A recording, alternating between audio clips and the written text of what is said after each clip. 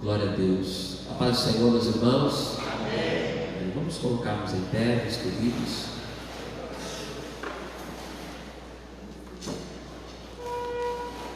Gratos somos pela oportunidade que o nosso Deus nos concede para juntos estarmos reunidos na casa do Senhor, onde iremos compartilhar a palavra de Deus, onde iremos aprender mais daquilo que o Senhor tem a nos falar nessa noite. Quantos estão felizes por ter chegado até aqui nessa noite? Glória a Deus. Somos privilegiados por Deus, né? De podermos estar mais uma vez reunidos nos atos do Senhor. Abra comigo a sua Bíblia.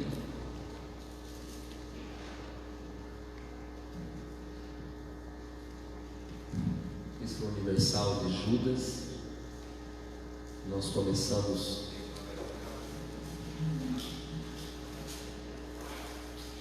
a estudar na semana passada esta carta.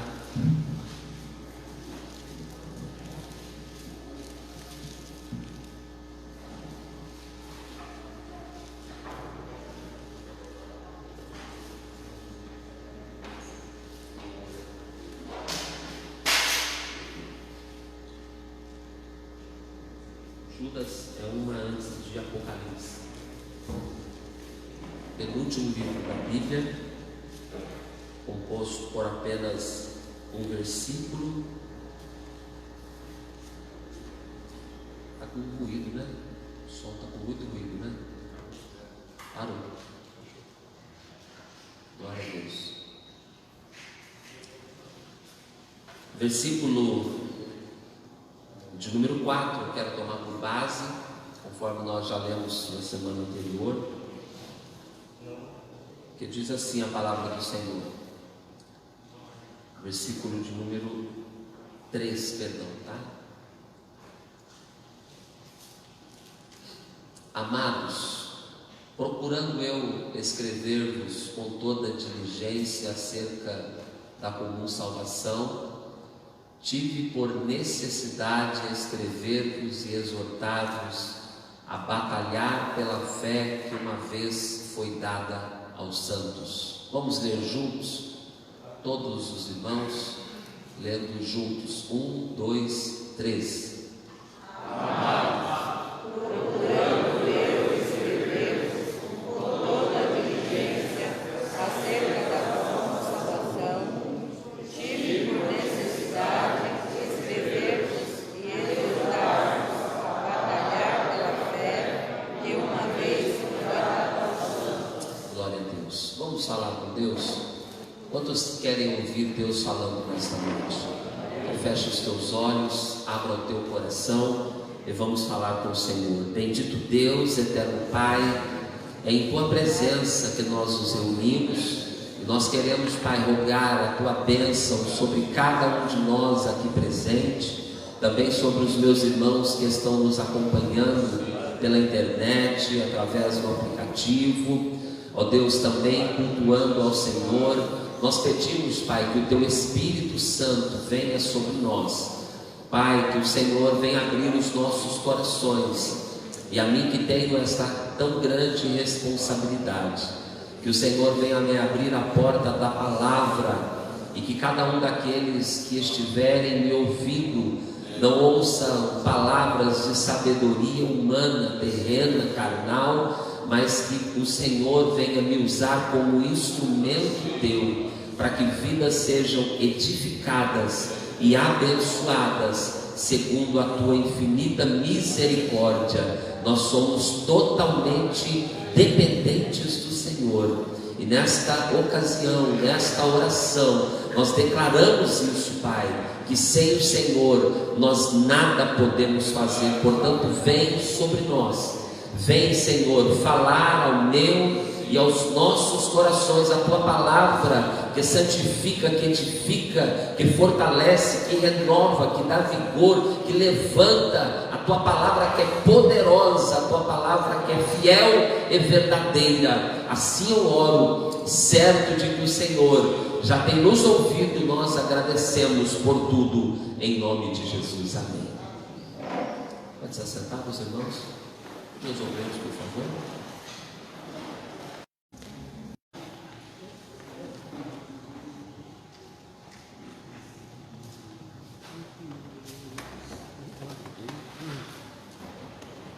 Glória a Deus, agradeço, muito obrigado, irmãos. Só para mim estar olhando para vocês, hein? Glória a Deus. Nós iniciamos semana passada falando a respeito desta carta tão importante e tão pouco lida. Me lembro que a última vez que eu ouvi uma pregação a respeito destes textos ou desses versículos contidos nesta Epístola Universal de Judas, já tem bastante tempo. Fui numa escola bíblica de obreiros ainda em 2006 ou 2007. Confesso que de lá para cá não ouvi, tenho certeza que os irmãos também, porque muito pouco se lê. E é uma Epístola Universal, que ela não foi direcionada a uma igreja específica, a uma cidade específica, mas ela foi destinada aos santos, foi destinada àqueles que haviam manifestado e declarado a sua fé em Jesus Cristo. Nós falamos um pouco desses primeiros versículos, falando sobre Judas, que era considerado, ou é considerado pelos estudiosos meio-irmão do nosso Senhor Jesus, e ele escreve essa carta para que houvesse um empenho, uma batalha, uma dedicação, para que não se fosse levado após aqueles que ensinavam as heresias, porque ainda naquele tempo, ou já naquele tempo, haviam os falsos mestres, os falsos profetas, as pessoas que queriam falar do Senhor com interesses próprios, egoístas. Quando nós lemos também a segunda carta de Pedro, nós vemos alguma coisa, alguns versículos, algumas expressões que são muito parecidas, não é? Então, segundo Pedro 2, inclusive, capítulo 2, ele usa algumas palavras parecidas com essa de Judas. Pode ser que um tenha lido, se inspirado no outro, mas fato é que a convicção que tem é que o Espírito Santo queria trazer algo para nós, para a igreja de Deus. Nós precisamos estar muito atentos, irmãos, porque nós, pentecostais, nós muitas vezes valorizamos a palavra, mas aquela palavra que é de forma triunfalista. Nós pentecostais, eu sou pentecostal, e em algumas ocasiões nós não damos muita atenção a um culto de ensino, a um texto feito uma aplicação, não é? Nós às vezes não damos atenção às cartas, às epístolas que estão escritas e que são de muitas vezes para nossa alerta, que são muitas vezes para nossa exortação, porque nós não podemos viver somente de aparência, não podemos estar focados apenas em vitórias materiais, apenas em coisas deste mundo. E, infelizmente, muitos pregadores têm se valido disso, não é? Manifestado a sua oportunidade de trazer uma palavra, trazendo sempre para o lado triunfalista. Uma coisa que eu admiro muito em algumas igrejas é que se preza muito pelo ensinamento, e o culto, para ser uma bênção, a palavra para ser uma bênção, nem sempre vai haver barulho, não é? Nem sempre. Nós somos pentecostais, como eu disse, E é muito gostoso aquele culto que a gente fala em línguas e glorifica alto, é muito maravilhoso. O pregador que é pentecostal, estou olhando para muitos aqui, ele gosta disso, é maravilhoso. Mas existem momentos que nós precisamos também meditar, comer, se alimentar. Nós precisamos refletir. Jesus, quando ele pregava, quando ele ensinava, eu não vejo nos relatos que havia aquela manifestação pentecostal. Eu vejo Jesus sentando-se e ensinando as multidões. Paulo, ele prolongou seu discurso a ponto de um jovem ficar com sono e cair. Talvez não tivesse a eloquência que nós muitas vezes nos utilizamos dela. Nós nos utilizamos da eloquência e alguns, eles utilizam até de um certo sensacionalismo. E às vezes a gente passa correndo num versículo e não atenta para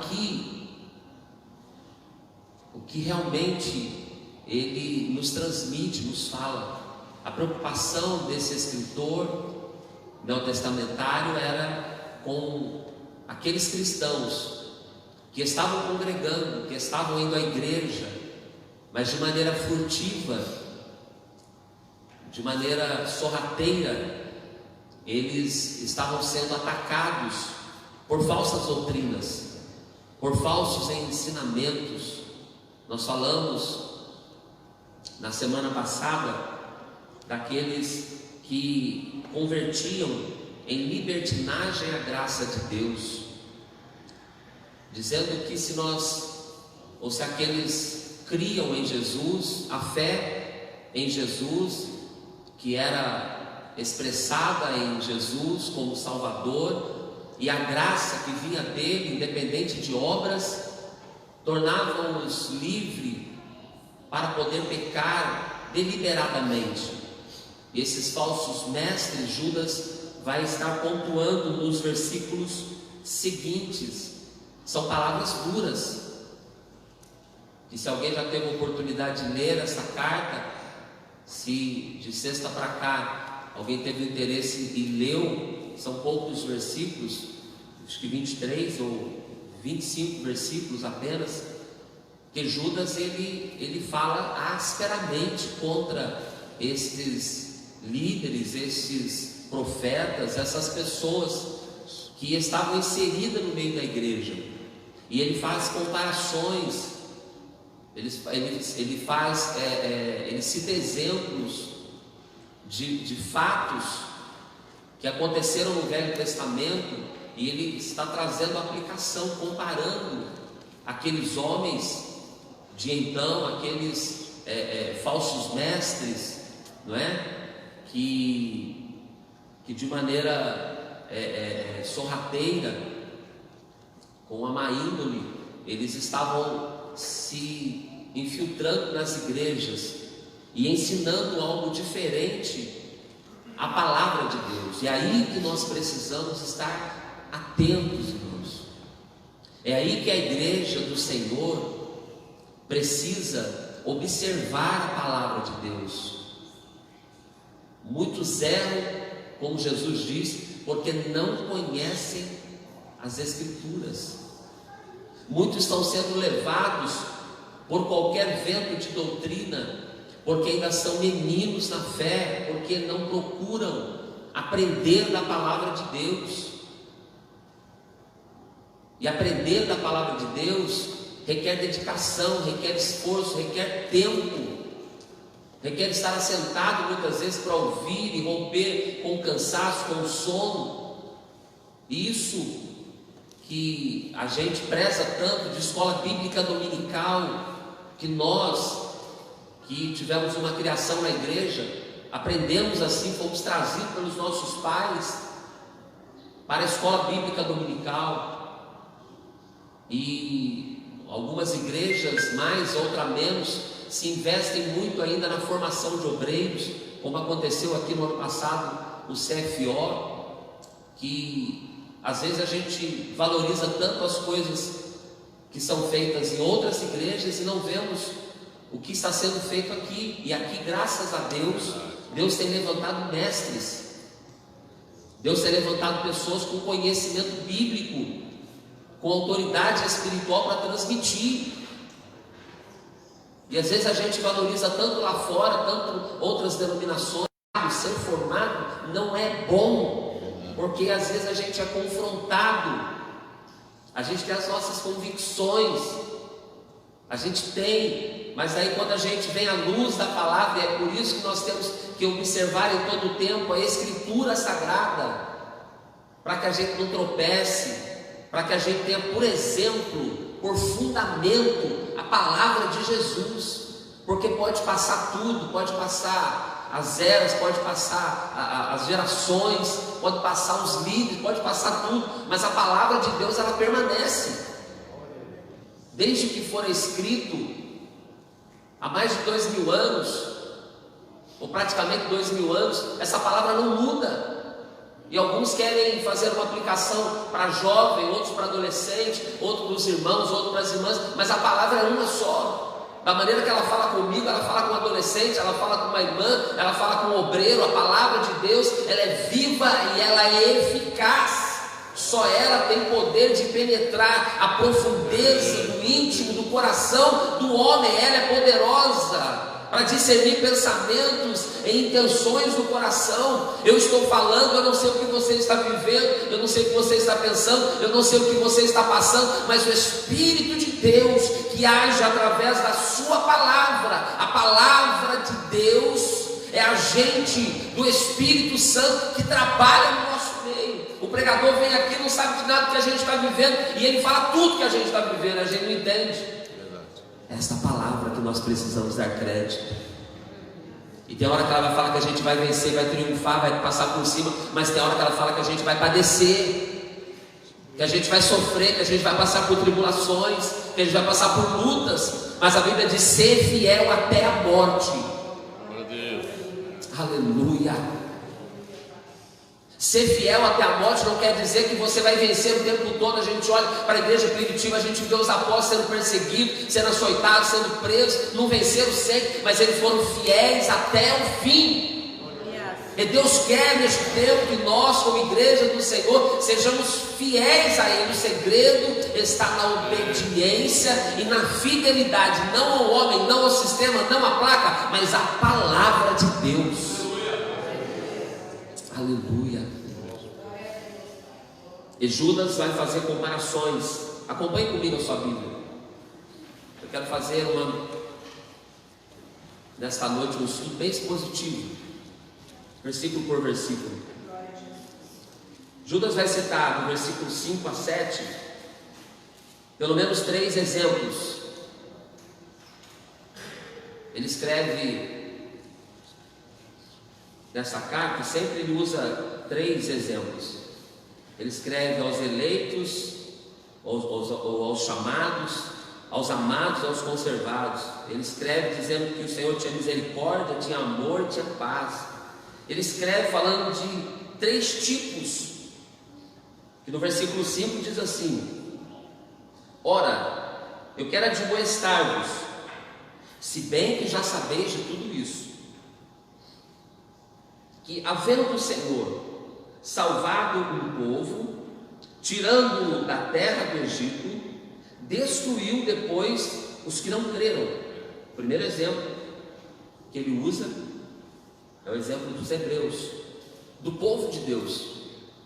Ele diz: vocês já conhecem, vocês já sabem, mas eu quero citar de exemplo, porque não é porque hoje nós estamos aqui, não é porque hoje eu sento num banco, eu tenho uma credencial, eu tenho um cargo, que eu posso brincar com Deus.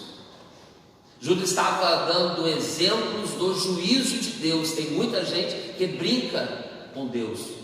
Aqueles falsos pastores, aqueles falsos obreiros que entravam entre o povo que estava na igreja, eles estavam pregando uma libertinagem, que podia fazer o que quisesse, com apelo inclusive aos ao lado sexual, da imoralidade, das imoralidades. Ele diz: olha, o Senhor salvou o povo, tirou da terra do Egito, mas depois destruiu os que não creram. Estavam sendo chamados para a salvação, mas em determinado momento deixaram a sua identidade de servo de Deus, deixaram de ser quem eles foram chamados para ser. Verdade. E foram destruídos. Depois, o segundo exemplo que ele usa, os anjos que não guardaram o seu principado, mas deixaram o seu domicílio, e ele os tem guardado debaixo de cadeias eternas, escuridão do abismo, para o juízo do grande dia. Olha, exemplos do juízo de Deus. Os anjos que estavam na glória com o nosso Deus não haviam sido selados ainda, mas na rebelião eles deixaram o seu domicílio, eles deixaram o seu lugar, não guardaram o seu principado ao lado de Deus Pai e partiram para o lado da rebelião. Mas a Bíblia diz que estes estão debaixo de cadeias eternas, os anjos caídos, que estão aguardando o dia do juízo, conforme Apocalipse nos ensina, que depois do milênio haverá o julgamento. E estes anjos que estavam na glória com Deus, irmãos, estar hoje não é garantia de que eu vou reinar com Deus. Estar hoje significa que eu tenho que perseverar, que eu tenho que a cada dia observar a palavra, a cada dia deixar de lado as minhas concupiscências, os meus desejos, as minhas paixões carnais. Nós precisamos, nós igreja, nós povo de Deus, que já fomos salvos. Aqui Judas está escrevendo para os salvos, para os crentes, para os chamados, para os que estavam guardados, conservados em Cristo. Por quê? Porque ele queria exortá-los. Primeiro, ele diz, ele orienta, ele exorta, para que se permanecessem fiéis à palavra de Deus. Nós vamos discorrer no texto, e depois no terceiro ele diz, assim como, no versículo 7, assim como Sodoma e Gomorra e as cidades circunvizinhas, que havendo se prostituído como aqueles habitantes, tendo ido imoralmente após outra natureza, foram postas como exemplo, sofrendo o juízo do fogo eterno. Sodoma e Gomorra ele usa como exemplo de imoralidade. Quando a gente lê, abra comigo por favor 2 Pedro. 2 Pedro 2.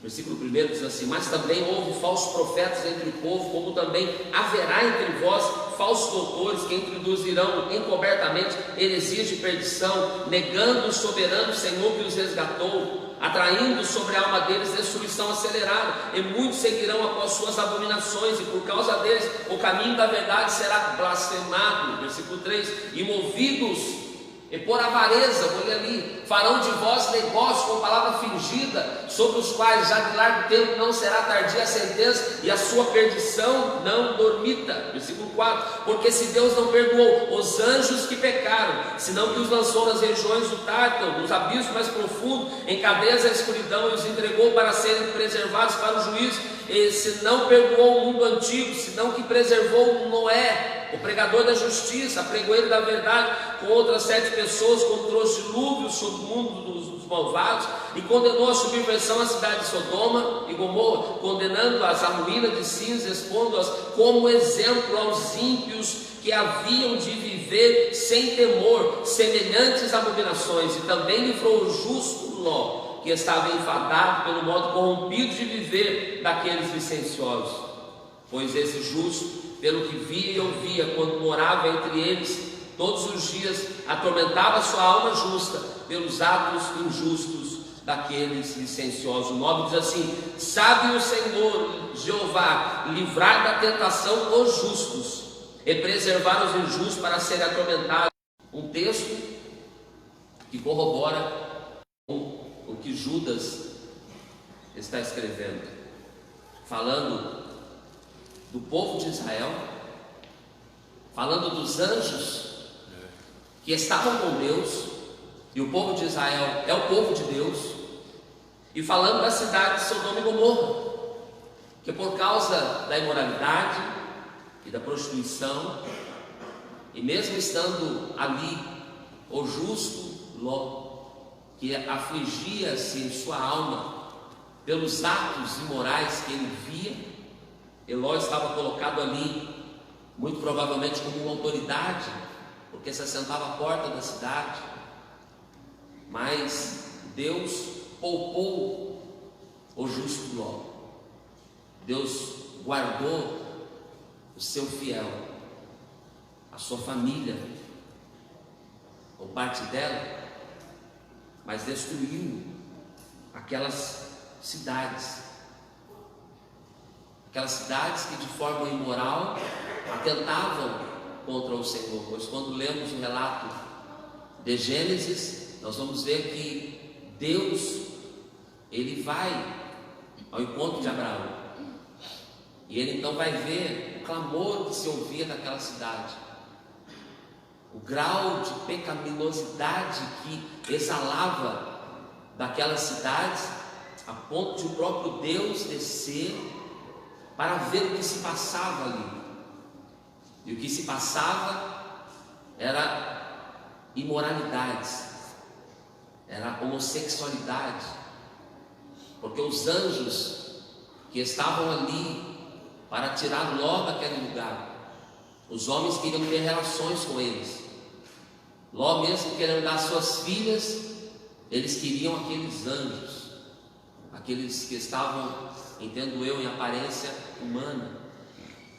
Mas Deus, ele destruiu aquela cidade. Esses textos, eles falam sobre o juízo de Deus, que nós não podemos negligenciar o juízo de Deus. Judas está falando que nós não podemos desprezar o fato de que a graça de Deus, o amor de Deus não anula o juízo de Deus. Em pelo menos 3 exemplos nos fica explícito o fato de que a transgressão sem arrependimento, o pecado sem arrependimento, ele vai nos levar a uma condição de estarmos debaixo do juízo. Enquanto estamos aqui ouvindo a palavra, Deus está nos dando chance de arrependimento. Tem muita gente brincando com Deus, mas a Bíblia diz que de Deus não se zomba. Tem muitas pessoas achando que Deus é de brincadeirinha.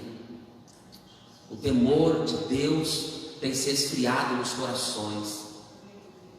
O temor da igreja de anos atrás já está ausente no coração de muitos, lamentavelmente, porque muitos perderam o temor, a reverência, a santidade, brincam com coisas santas e acham que está tudo bem. As palavras mudaram, as vestimentas mudaram, os costumes mudaram, a forma de se portar mudaram, mas Deus não mudou. Deus não mudou. Nós precisamos ser espirituais e entender E não podemos ser saudosistas apenas, de lembrar da igreja de anos atrás e de ver o quão grande era a operação do Espírito em nosso meio. E o que acontece hoje que não vemos mais? A culpa começa em mim, a culpa começa em nós, que já não oramos mais como a igreja de antes orava, que já não temos, não guardamos mais a palavra de Deus, o temor da palavra de Deus, como outrora se guardava. E o que nós estamos fazendo é deixando muitas vezes o Espírito de lado. Em Tessalonicenses, Paulo escreveu assim: não apagueis o Espírito. E em muitas igrejas, o Espírito está de lado, o Espírito não tem mais liberdade, o Espírito não age mais, mas não é porque ele não pode, ele não quer agir, não é porque ele se tornou impotente, não, é porque não há mais lugar para o Espírito de Deus agir. Que esse tempo difícil que nós estamos vivendo, que me preocupa, possa nos fazer refletir, possa nos fazer mudar, possa nos fazer voltar às primeiras obras, possa nos fazer voltar ao primeiro amor, possa nos fazer voltar àquele tempo onde nós tínhamos prazer em estar na casa de Deus, em que nós tínhamos prazer de atender a uma convocação para a oração, aquele tempo onde a gente tinha prazer de estar no culto de ensino para aprender a palavra de Deus, ouvir de homens que nem eram tão iletrados, nem tão, não eram muito letrados, mas não tinham muito curso, não tinha, sabe, uma boa homilética, mas eles tinham graça, e os ensinamentos de forma simples, porque o Evangelho de Jesus é simples, e a gente que quer enfeitar demais, a gente que quer usar a palavra do grego, do hebraico, é muito bom isso, mas o principal é a gente entender que acima além de conhecer qualquer outra coisa, nós temos que ter por princípio, zelar pela fé que um dia nos foi entregue quando nós levantamos as nossas mãos. Foi através de uma palavra simples que tocou o nosso coração. É muito bom a gente aprender, a gente crescer no conhecimento, mas a gente não pode deixar de lado a graça de Deus, que independe de cultura, independe de diploma, independe de graduação, independe, porque a graça de Deus ela vem dele para as nossas vidas. Basta o quê? Basta eu buscar. Basta eu buscar. Basta eu buscar. E como é que eu busco? Isso da parte de Deus. Não é com dinheiro. Eu preciso sim me dedicar, mas eu preciso de uma vida de constância, eu preciso de uma vida de perseverança, eu preciso de uma vida de santidade, eu preciso de uma vida de renúncia, eu preciso de uma vida entregue, dedicada ao Senhor, uma vida santa ao Senhor. Santidade ao Senhor é separação, e nós precisamos deixar que as coisas do mundo nos alimentem, porque os crentes hoje estão muito cheios de coisas do mundo, está muito cheio de coisas que são ruins para a nossa comunhão com Deus, são nocivos, são coisas que fazem mal à nossa vida com Deus. Que esse tempo a gente possa refletir a caminhada que nós estamos trilhando, porque não adianta, irmãos, a gente se vestir bonito, a gente dar o dízimo, desculpa, não adianta eu cantar bonito, não adianta eu pregar bonito se eu não tiver uma vida de santidade diante de Deus. Nós estamos perdendo tempo aqui, é uma palavra de confronto para mim e para você.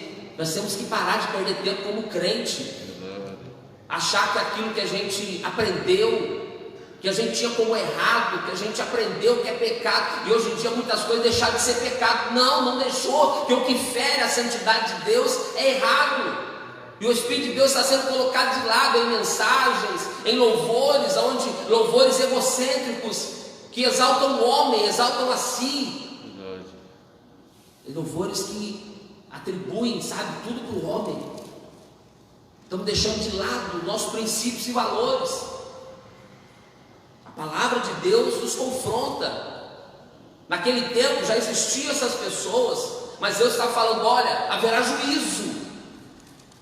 Deus está falando: haverá juízo. Nós temos que nos atentar para o juízo de Deus, que já está vindo para muitas pessoas que estão escarnecendo e brincando com Deus. Vamos continuar?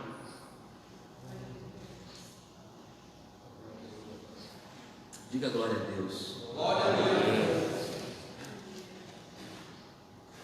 Então, nós vimos 3 exemplos. E continuando o versículo 8.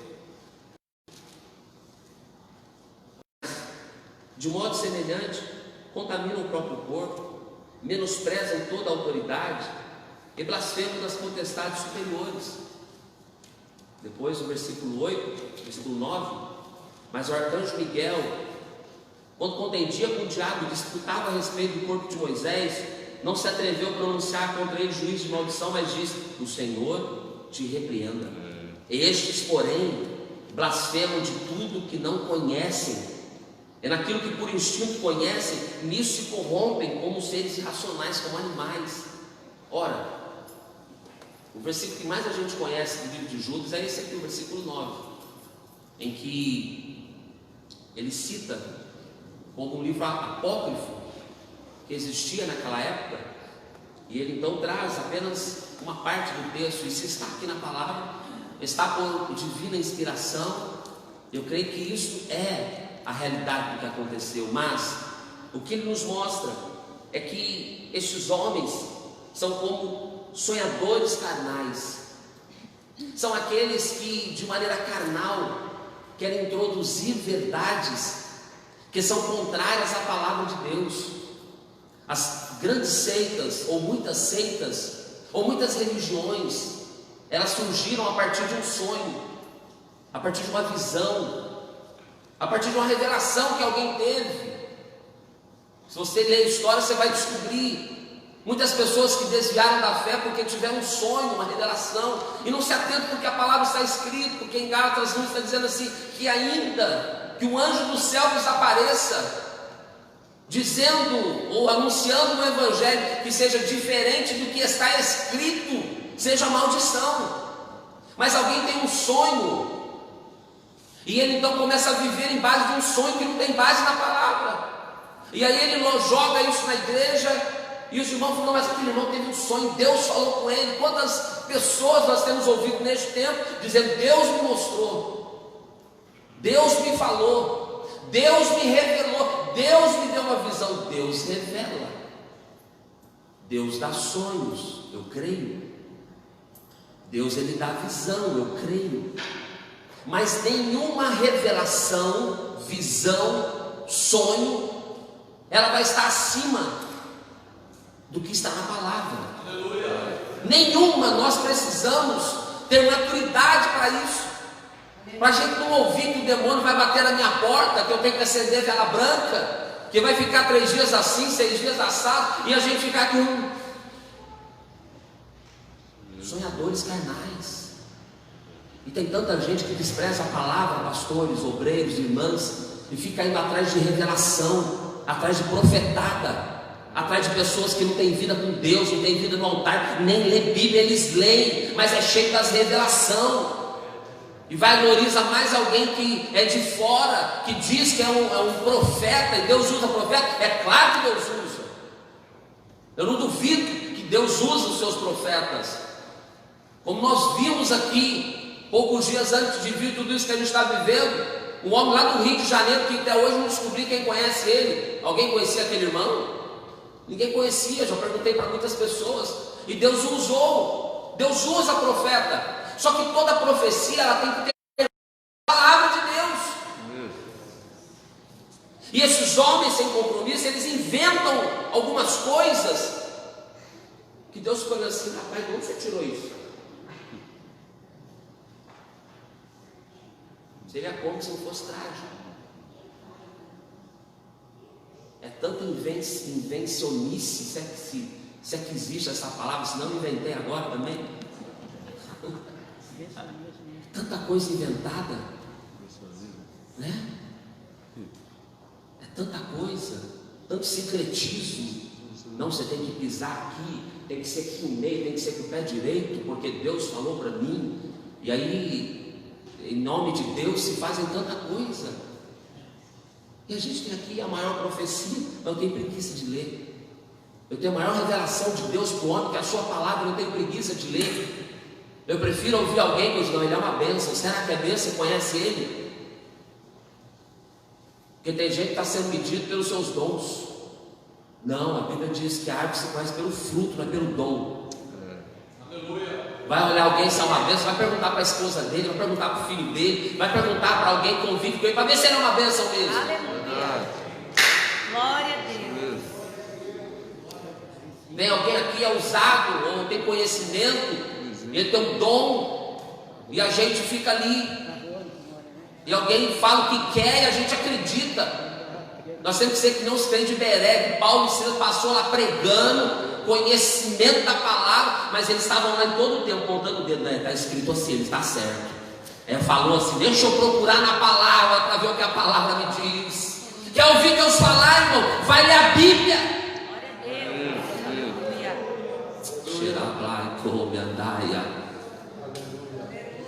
Aleluia. Glória a Deus. Nós precisamos voltar à palavra. Deixar de seguir sonhador, revelador, visionário. Tem que deixar disso. O que nos fortalece, o que nos dá maturidade, o que nos dá fundamento, estrutura para suportar as lutas, é convicção do que Jesus falou. Eu estou convosco todos os dias. Nos dias maus, nos dias bons, Ele está contigo. Tem gente que lê errado, eu estarei convosco. Jesus não disse que estará conosco, porque estaria no presente. Vai ler a tua Bíblia, está escrito assim: eis que eu estou convosco todos os dias. Irmão, se Jesus está com você, você não precisa ficar com medo da crise financeira. Você não precisa ficar com medo da economia quebrar. Você não precisa ficar com medo de alguém tomar o poder. Você não precisa ficar com medo do vírus te pegar. Se Jesus está com você, ainda que você morra,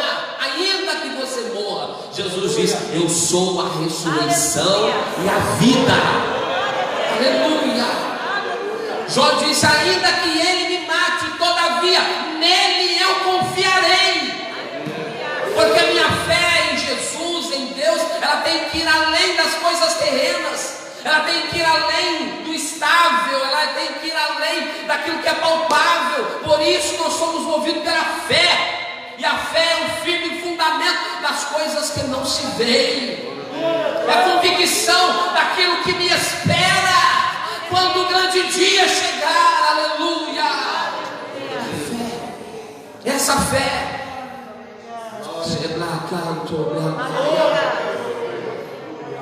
Estes sonhadores carnais blasfemam das autoridades, porque entram nas igrejas e confundem o coração dos duvidosos, dos fracos, porque daí não querem ouvir mais o pastor. Não, porque Deus me disse que eu tenho que fazer a campanha de 7 dias, de 7 sexta-feira, porque Deus me disse. Deus disse mesmo. Você ouviu ele falando?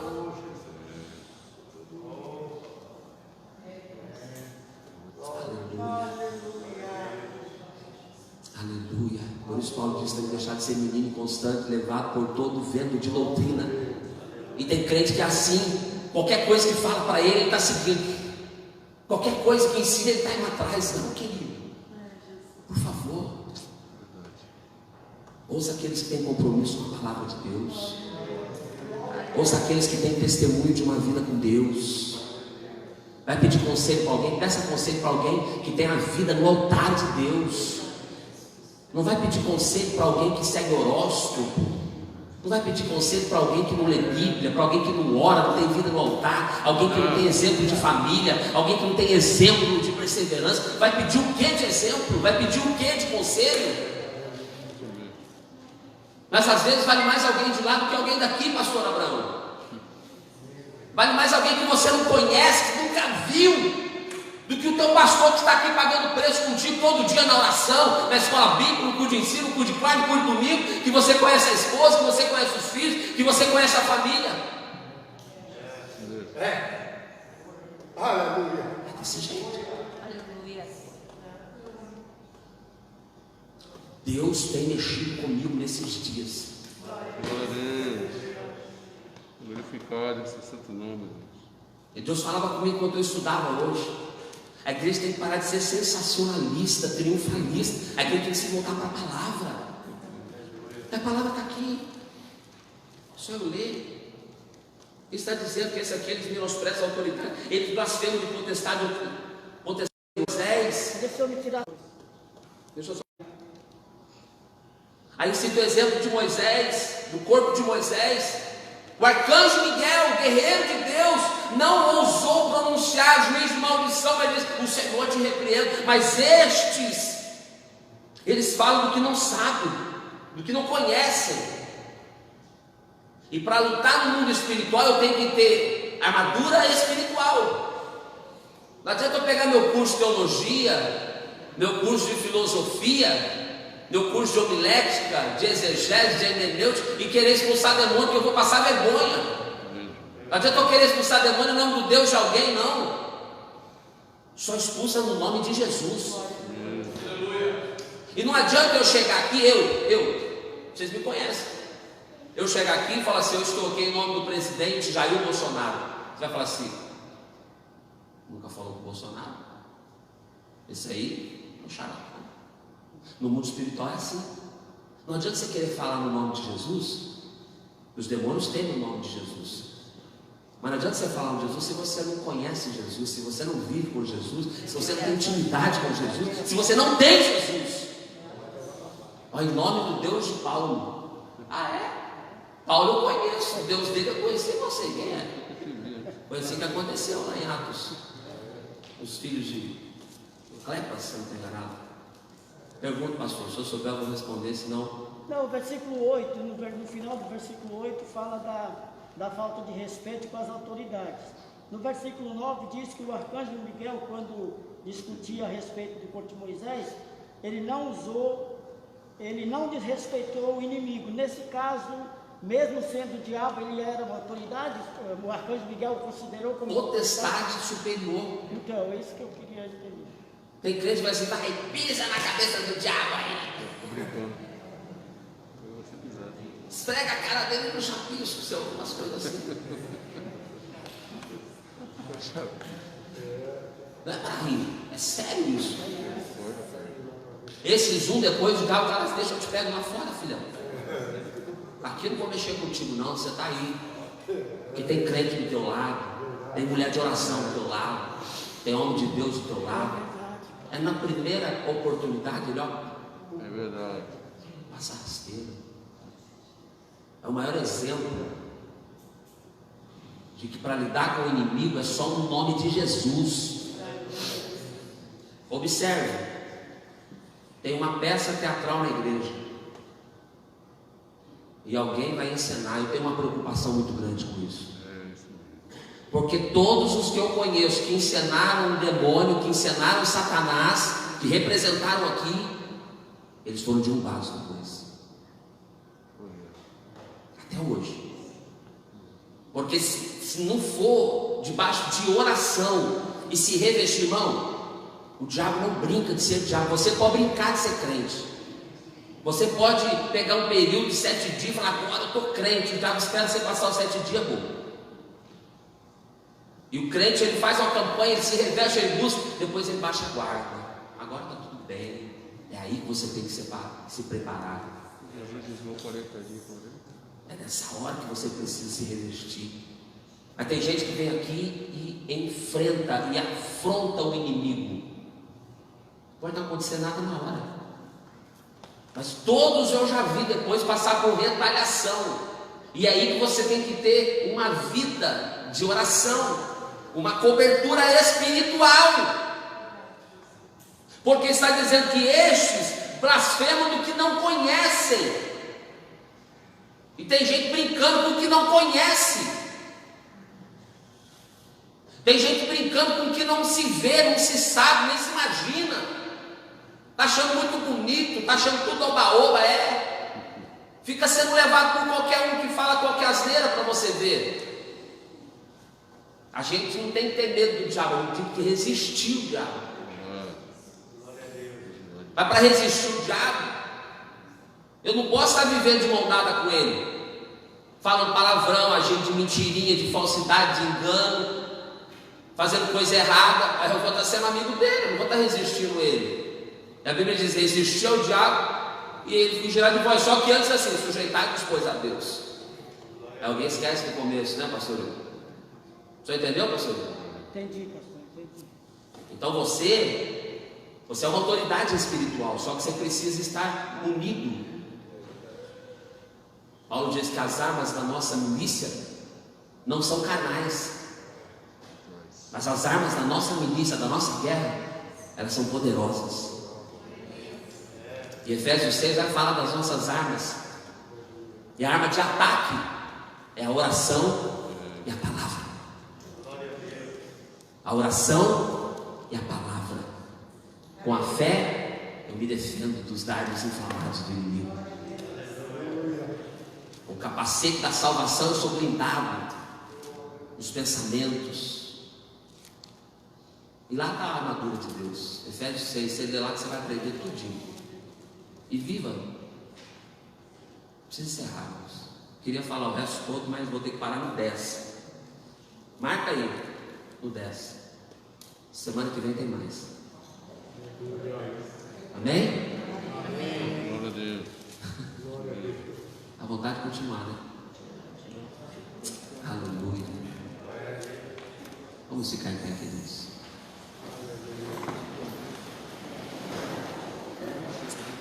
Ai, querida, blaçura.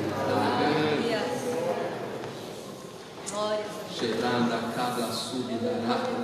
Glorificado seja o Senhor.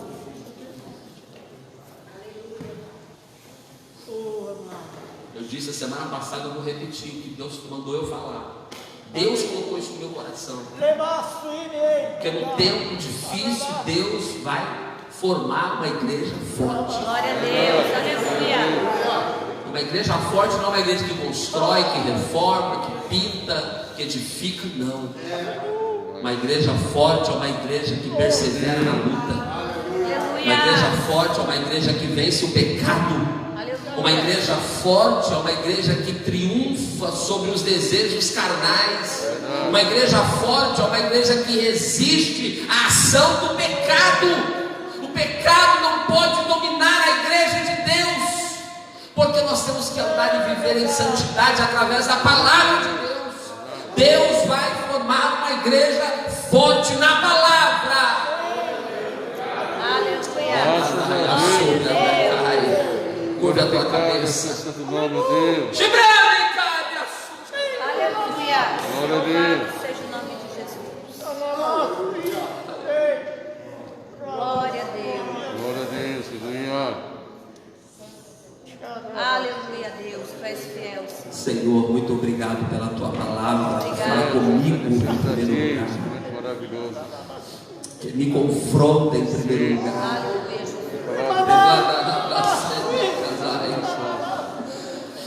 Mas eu sei que a tua palavra, Senhor, tem falado conosco, com muitos nesta noite. Senhor, nos ajude a guardar o mistério da fé, nos ajude a batalhar pela fé, nos ajude a batalhar, Senhor, nos dá armas espirituais, nos reveste crentes nesta noite, Pai.